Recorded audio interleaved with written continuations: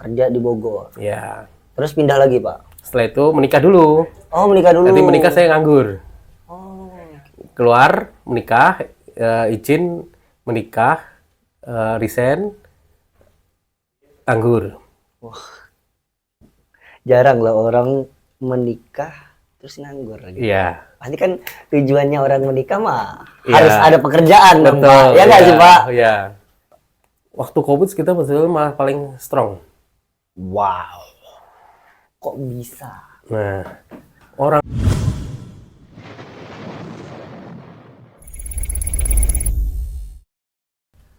Halo teman-teman. Hari ini Sikat kedatangan alumni lagi. Ya, lebih tepatnya beliau ini dulunya karyawan dan sekarang punya karyawan. Tentu banyak cerita di balik semua itu. Ia adalah Pak Singgih. Selamat datang Pak Singgih. terima kasih telah diundang di Sikat, Pak Iwan. Iya Pak, kita bakal ngobrol banyak nih Pak. Siap. Tapi saya pengen tahu nih, awalnya tuh gimana sih Pak ke ATK itu kok bisa nyemplung mungkin atau sekolahnya SD dan SMP segala macamnya. Latar belakang Bapak tuh bisa nyemplung di ATK gimana? Saya itu kelahiran Klaten, besar di Klaten. Iya. Kalau SD itu saya pindah-pindah karena orang tua saya dulu pegawai negeri, sebelum pindah-pindah. Jadi saya di SD itu di SD Tonggalan, di SD Soropaten, SD Soropaten 2 terakhir. Iya. Terus SMP di SMP 1 Karanganom, SMA 1 Karanganom, dulu SMA 1 Jatinom, sekarang jadi SMA 1 Karanganom. Masuk ATK sebetulnya nggak sengaja Pak Iwan. Kok bisa? Waktu itu masuk UMPTN di Gajah Mada nggak diterima. Biasa kalau orang nggak diterima itu. Iya, ini. Kalau nggak bisa biasanya kan apa? Patah semangat. Ya. Nah, saya waktu itu saya kan dari kecil nggak kemana-mana di kampung tinggalnya. Waktu itu saya tinggal main ke daerah kalau orang Cokro, tapi kita di kebun Lor Pasar di Delanggu. Ada suatu saatnya ada kumpulan keluarga. Waktu itu saya ditanya paman saya mau lanjut kemana? Saya bingung, saya mau nerusin lagi. Tahun kedua mau ke Gajah Mada lagi, kan gitu. Tapi sama paman saya, udah masuk aja ATK dulu. Paman dulu juga lulusan ATK. Gimana ATK? Kan gitu. Yaudah masuk aja dulu. Yaudah, waktu itu ngikutin paman saya. Mungkin teman-teman alumni udah pada kenal paman saya. Dulu juga dosen ATK. Siapa Pak? Sudah sekarang meninggal. Almarhum Bapak Sri Bandi. Bapak orang tuanya Bapak Dista. Yang sekarang juga ngajar di ATK. Mertuanya Ibu Lita. Jadi saya waktu itu masuk ke ATK karena beliau bapak saya ngobrol sama paman, akhirnya disuruh masuk ATK, kita daftar. Gelombang 1 masuk penyampaian nggak lolos, Pak. Loh, kok bisa? Gelombang kedua kita coba lagi. Iya. Saya Di ganti tahun yang sama ya, Deng? tahun sama. Akhirnya kita masuk di jurusan bahan. Saya juga nggak tahu buta penyamaan apa, bahan apa nggak tahu. Kita akhirnya bahan penting masuk lah gitu. Bahan diterima akhirnya kita. Oh, yang pertama apa tuh, Pak? Pertama itu gelombang pertama penyamaan. Oh, penyamakan, malah enggak ya? Nggak terima. Ya, gelombang kedua saya daftar di teknologi kulit plastik. Iya. Akhirnya diterima. Iya. Terus itu dari paman sebelah mana, Pak? Paman dari bapak. Dari Bapak. Di kuliah gimana tuh, Pak, ceritanya? Kuliah awal-awal itu kita nggak semangat, Pak. Mas Iwan, kita nggak semangat. Iya. Karena apa namanya, ya dari pertamanya pelampiasan doang lah gitu saya gitu. Iya. Tapi begitu tahun pertama nggak ini, tahun kedua baru kita merasakan ternyata enjoy juga, asik juga. Baru tahun keduanya kita agak mulai semangat. Tapi kalau apa namanya di awal itu banyak teori nggak sih Pak pas pada saat dulu? Awal itu semua teori. Semua teori ya. Masih di ini kampusnya di mana tuh dulu? Waktu pertama saya di Diponegoro. Oh masih di Diponegoro. Iya, awal pertama di Diponegoro. 1, 2, 3, 4 masih di Diponegoro. semester 5 itu udah mulai di apa namanya? Kalau nggak salah di Imogiri. Oh, mulai di Mugiri ya. Yang sekarang kampus 1. Kampus 1 nggak sih? Kampus 1. Kampus 1. Gitu.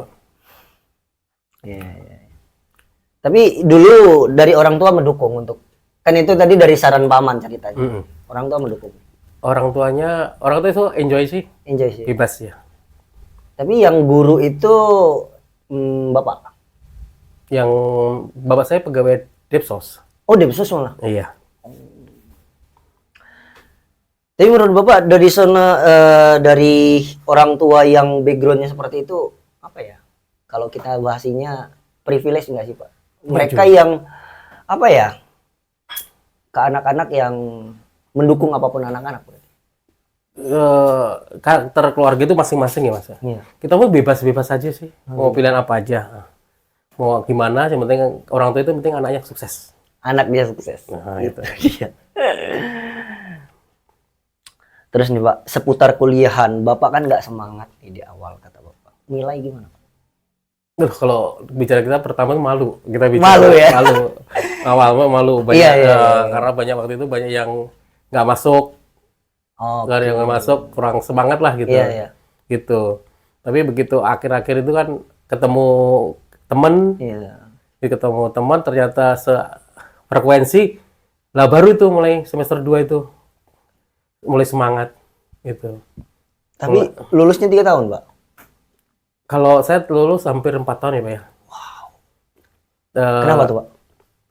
nggak tahu, seangkatan saya itu rata-rata yang lulusan itu paling 3,5 tahun, lebih 3 tahun. Waktu itu nggak tahu, seangkatan saya rata-rata segitu. Tapi bisa ke Bogor gimana ceritanya pak? Cerita ke Bogor itu awal mulai itu saya apa namanya saya udah kerja. Oh kerja. Waktu itu ada reuni akbar Reuni akbar. di kampus. Ya, saya nggak sengaja ada tulisan papan lowongan kerja.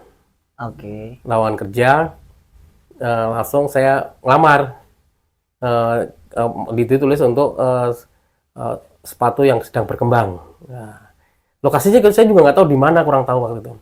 Saya iseng-iseng ngelamar. Waktu itu langsung 2 bulan ada di panggilan. Tapi itu lamarannya saya anehnya bukan ke perusahaan, akhirnya ke alumni kita. Oh. Pak Agus Satrio. Iya. Ya masih sampai sekarang ya yang kayak gitu ya. Ya, masa kira mungkin nggak tahu ceritanya. Saya lamar ke alamat rumah Pak Agus Satrio. Mungkin para alumni juga pernah kenal semua, dia senior kita lah. Iya. Setelah itu, 2 bulan nggak salah, saya dapat panggilan telepon ke rumah alamat paman saya, karena saya di Jogja, dialamatkan ke Jogja, di panggilan. Jadi saya dihubungi sama paman saya waktu itu. Akhirnya saya pikir-pikir gimana ini. Akhirnya yang pertama saya tinggal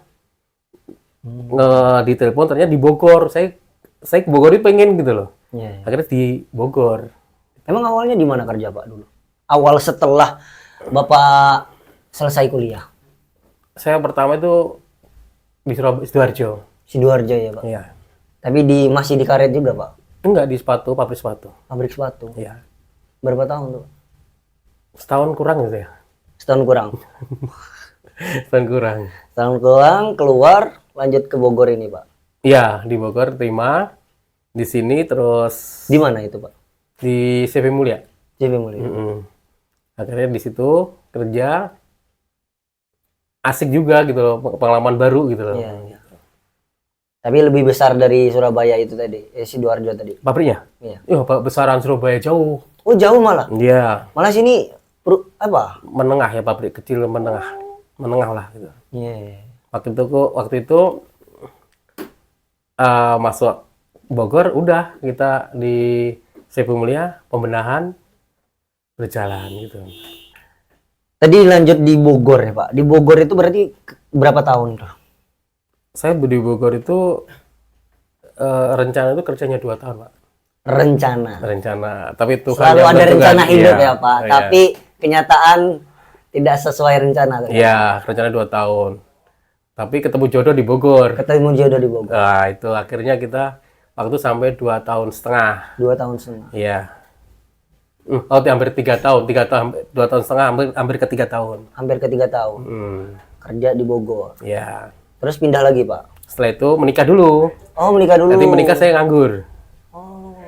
Keluar, menikah, izin, menikah, resign, nganggur. Jarang lah orang menikah terus nganggur lagi. Iya. Pasti kan tujuannya orang menikah mah Iya. harus ada pekerjaan dong, Betul. Pak. Ya nggak sih, Pak? Iya. Gimana tuh ceritanya, Pak? Setelah saya sama istri kan satu pabrik. Iya. Di perusahaan itu ada peraturan apabila 2 suami istri ada 1 keluar. Iya. Akhirnya saya keluar. keluar. Istri masih lanjut. Tapi sama owner nggak boleh sebetulnya. Saya yang suruh lanjut, Istri yang keluar. Tapi saya nggak mau. Kenapa tuh, Pak? Pertama, saya pengen aja, pengen istri yang deket tetap di Bogor karena dia perempuan ya. Jadi kalau dari rumah deket lah saya gitu. Terus saya akhirnya setelah nikah pindah ke Tangerang. Sendiri. Sama waktu itu sama Pak Aris. Oh, sama Pak Ari. Iya. Yang satu angkatan ya, Pak? Iya, satu angkatan. Oke. Bareng-bareng ke Tangerang. Iya. Berarti LDM dong. Apa sih? Berjarak sama istri. Iya, Pak Aris juga sama. Pak Aris juga sama. Sama. Gimana tuh? Pak Aris berarti sama-sama dapat orang yang sama. Beda. Bekerja sama. Pak Aris juga sama dapat satu perusahaan juga sama kita. Oh, tapi beliau beda perusahaan. Satu perusahaan waktu itu di CV Mulia juga. Oh, di CV Mulia juga? Iya. Oh, iya. Oke. Kalau teman-teman nggak tahu Pak Aris itu siapa, ya Pak Aris itu yang kita kenal juga bekerja di tempat saya juga, teman-teman. Pak Aris itu senior kita, tapi satu angkatan sama Pak Singgi. Berarti sering kemana-mana dong dulu. Masa mudanya gimana tuh, Pak? Masa mudanya tuh? Masa mudanya biasa seperti yang lain-lain, Pak. Sama yang lain-lain ya? Iya, masih, namanya punya apa sih kalau ini? Sundanya itu apa ya? Kabogoh ya? Iya, Kabogoh. Kebogohan mah gitu ya. Kabogoh. Main sama Jadi jalan-jalan. Iya, sama Mas Aris berempat main bareng. Malam mingguan gitu. Iya, gitu biasa. Bareng-bareng. Tapi selain Pak Aris ada nggak sih, Pak? Selain Pak Aris yang satu angkatan atau beda angkatan di CV Mulia? Ada. Jadi waktu itu sebelum saya itu ada namanya Mas Bambang Darwono. Dia setelah itu pindah ke Simasi. Setelah itu vakum. Setelah itu setelah saya 6 bulan 7 bulan itu Mas Aris. Oh iya. Berdua Mas Aris. Setelah itu masuk Pak siapa yang sekarang di Bandung itu yang beri waktu itu Pak siapa kalau lupa saya. Setelah itu masuk Pak Rispanto sama Pak Freddy. Oh, Pak Freddy. Freddy ya, sama Rispanto itu hanya 1 tahun tuh.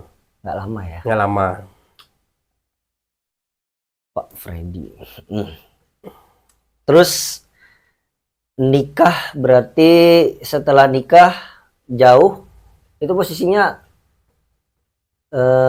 berapa tahun berjauhan gitu, Pak? 2 tahun, Mbak.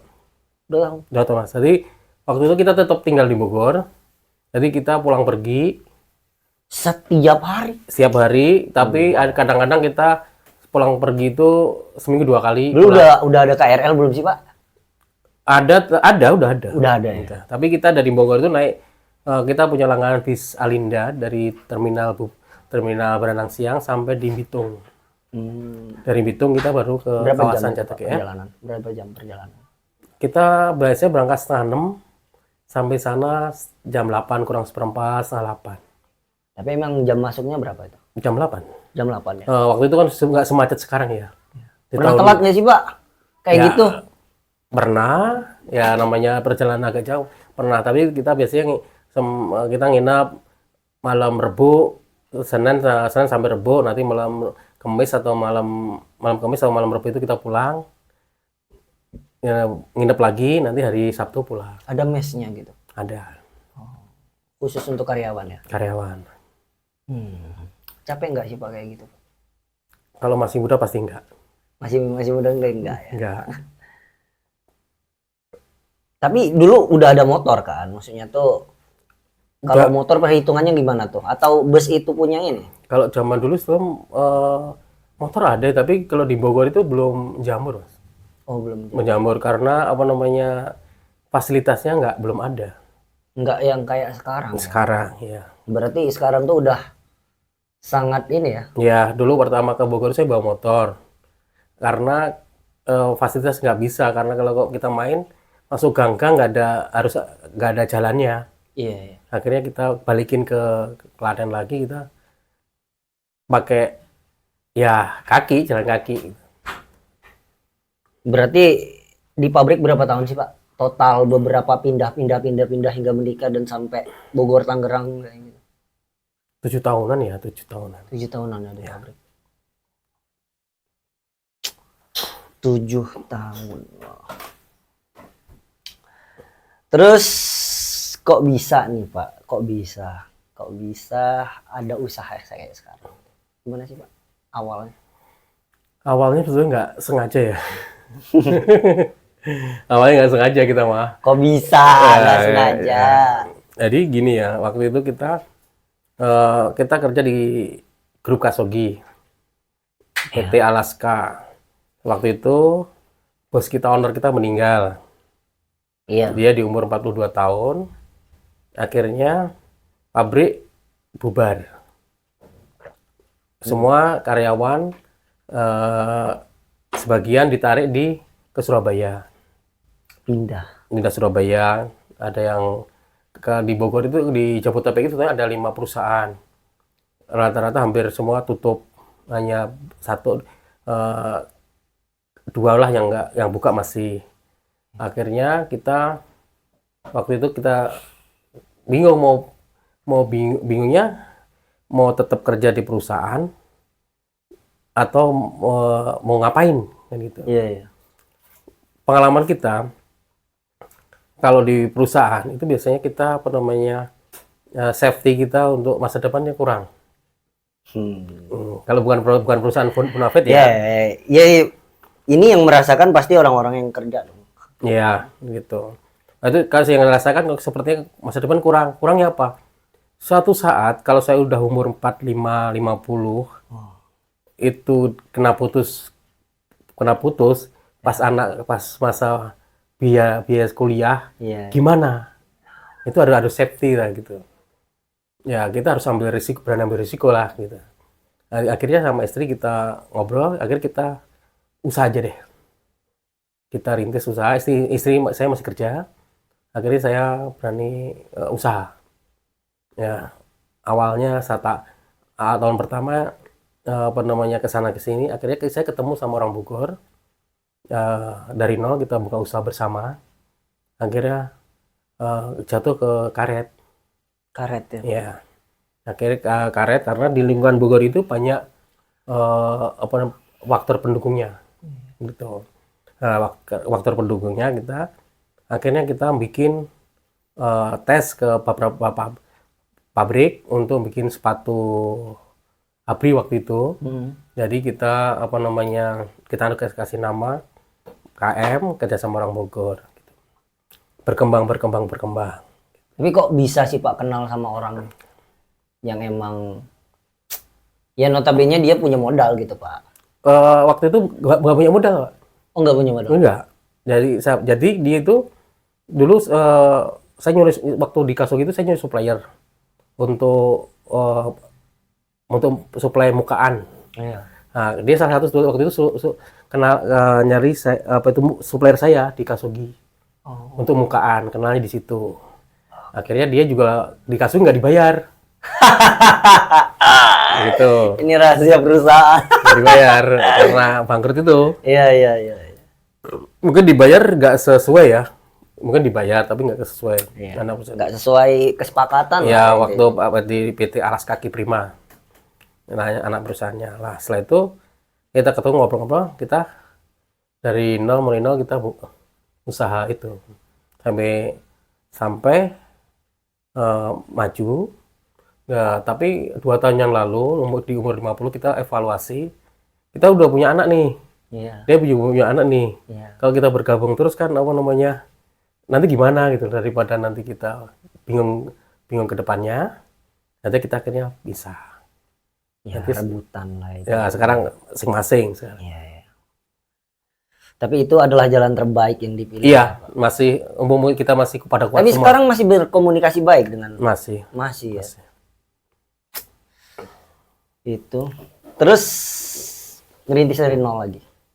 Kalau nol banget sih enggak ya? Enggak ya. Enggak. Karena emang udah ada pengalaman. Jaringan. Ya, udah ada Jaringan ya.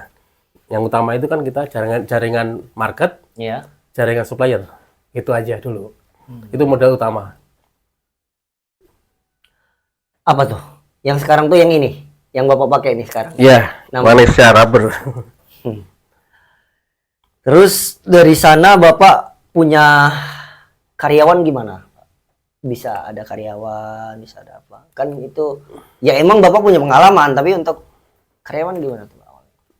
Tahun 2022 akhirnya kita pisah setelah Lebaran per 1 Agustus. Akhirnya saya mulai lagi ngerintik, mulai lagi coba cari, akhirnya dapat.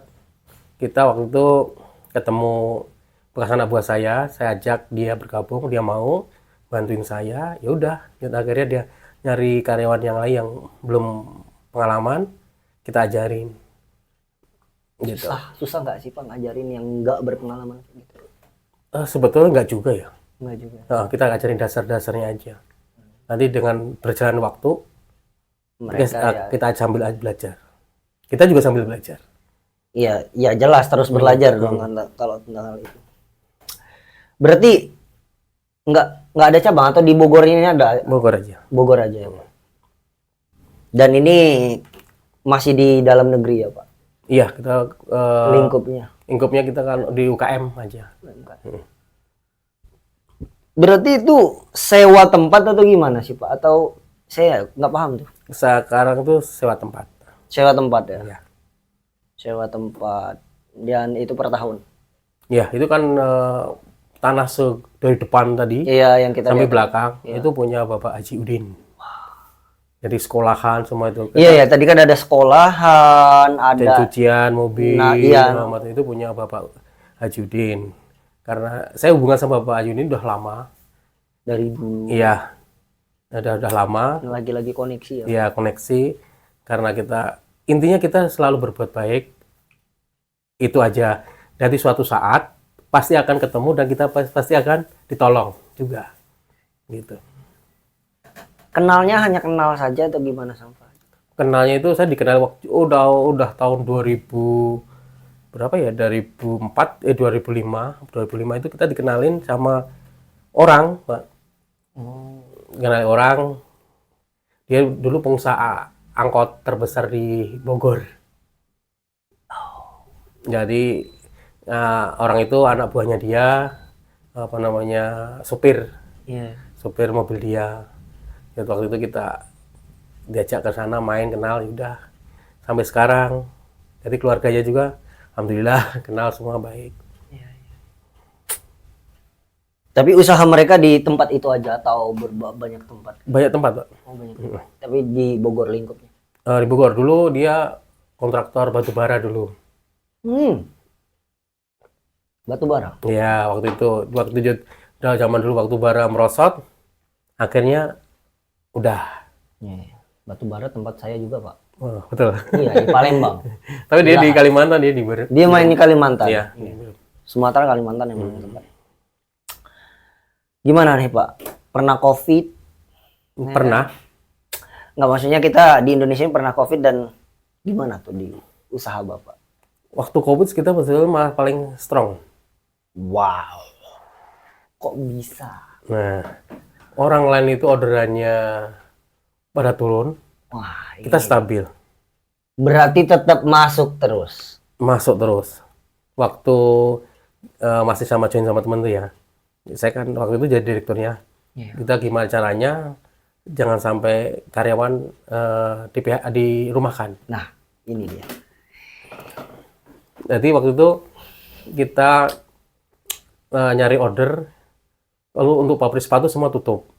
Jelas. Udah tutup. Kita waktu itu kita cari order untuk Camelback sama, untuk CB Vulcanizer, untuk Vulcanizer pada drop semua.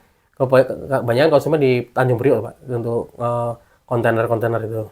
Iya, Tanjung Priok itu juga banyak kapal juga kan. Iya, betul. Keduanya, setelah itu waktu itu kita udah punya order sebetulnya, tapi partai kecil ke Solo. Iya, Main ke Solo. main ke Solo. Waktu itu akhirnya itu permintaan dia betul besar. Waktu itu kita asupannya kecil. Akhirnya kita karena yang lain udah off, kita perbesar ke Solo. Gitu. Paling stabil tuh. Itu produksinya apa, Pak? Untuk waktu untuk vulkanisir. Oh, untuk vulkanisir. Ya. Tapi itu punya brand di Solo customernya. Kurang tahu, Pak. Saya istilahnya kurang tahu, Mas. Jadi kita suplainya bahan setengah jadi. Setengah jadi. Jadi kurang paham ya itu. Ya, saya punya teman di Solo. Dia supplier, dia punya pabrik juga. Dia supplier juga ke saudara-saudaranya. Jadi lumayan gitu. Iya, iya. Sampai ke Jawa Timur juga dia.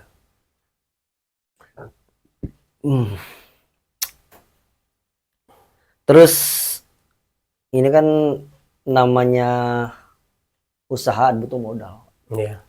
Dan oke, kata Bapak punya pengalaman tadi. Nggak dari nol banget. Mungkin bisa di 3, di 5 kita ngomongnya. Kita mulainya gitu ya, Pak. Bapak mulainya. Itu modalnya besar nggak sih? Dalam usaha apapun itu kompetitor pasti ada. Kompetitor itu pasti. Kompetitor itu ada yang fair, Ya. ada yang enggak. Nah, main curang lah. Ya, gitu. Tapi ini kalau semasa masih berjalan di relnya, kompetitor biasa dengan cara apapun, ya kita harus fine. Harus kita hadepin.